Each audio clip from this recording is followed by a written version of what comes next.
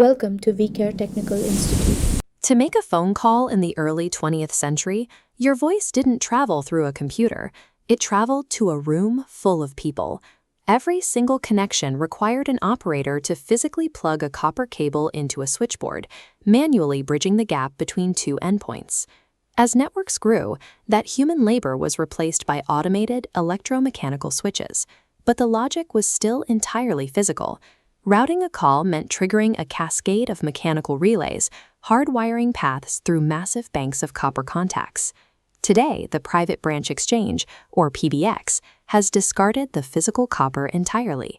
A modern IP PBX is a protocol-agnostic logic engine. It is pure software, designed to bridge internal endpoints with external networks using packet switch data. To understand how this engine works, we have to look at its four foundational primitives. The first is extensions. These represent your internal endpoints, the individual users or devices on the local network. The second primitive is trunks. These are the external gateways that connect your local network to the outside world, usually through a SIP provider or the public switched telephone network. Third, we have inbound and outbound routes. These act as the pattern matching traffic controllers, deciding exactly which calls are allowed to enter or leave the system.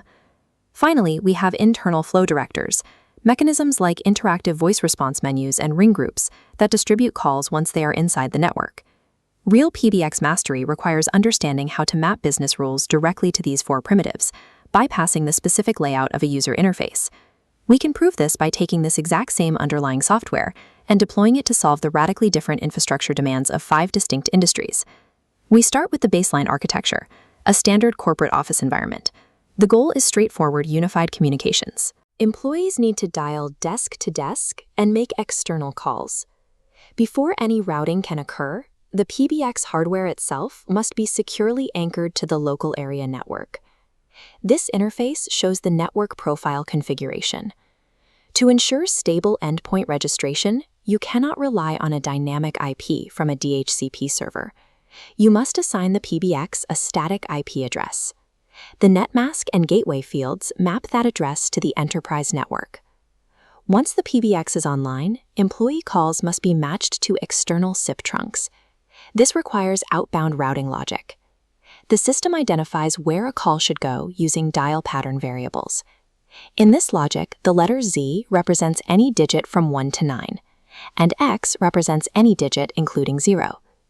When an employee dials a specific prefix, like 9 for an outside line, the PBX reads the pattern, strips that initial 9 away, and passes the formatted numerical string directly to the most cost-effective provider. By establishing strict logical pattern matching at the outbound route level, network administrators prevent trunk congestion and exert precise control over enterprise telecom costs. If we take that same system into a hospitality environment, the engineering challenge changes entirely. Here, we encounter the complexity of FXS, or foreign exchange subscriber ports. A hotel typically relies on an advanced packet-switched IP core, but must service hundreds of legacy analog desk phones permanently wired into the guest rooms. To solve this, FXS gateways act as a critical hardware bridge. They receive digital SIP packets from the PBX and convert them into electrical signals that travel down standard analog copper lines.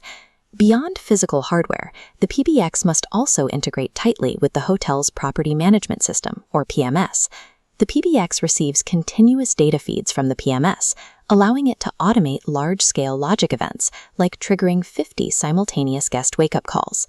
Conversely, when cleaning staff dials a specific feature code from an analog room phone, the PBX routes that signal back to update the cleanliness status in the central PMS database. The hospitality deployment demonstrates that an IP PBX core can coordinate digital data packets with hundreds of pre-existing analog lines and external database commands. In an educational setting, the primary constraint shifts away from physical hardware and focuses entirely on temporal logic. Routing paths in a school cannot be static. They shift dynamically depending on the time and day.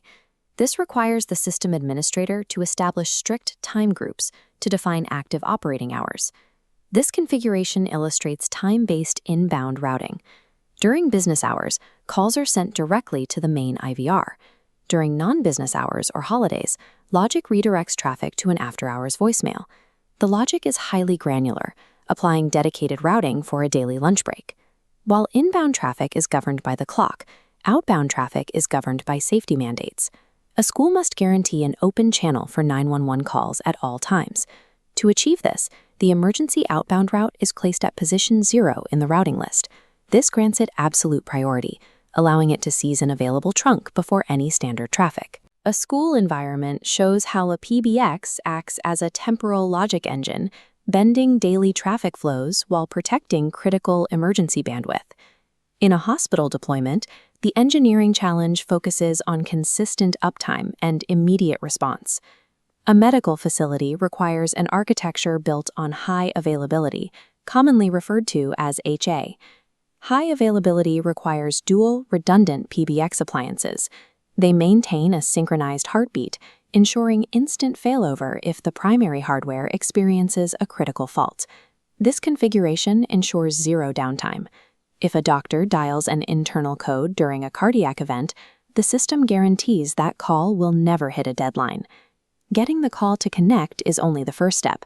The system must also locate the right personnel across sprawling nursing stations. This window details a ring group setup, combining multiple extensions into a single department. The ring strategy determines how phones behave. A linear strategy hunts sequentially. But for emergencies, setting this to ring all forces every department phone to trigger simultaneously until someone answers. Because hospital staff handle diverse events, the system assigns distinctive ringtones to these groups.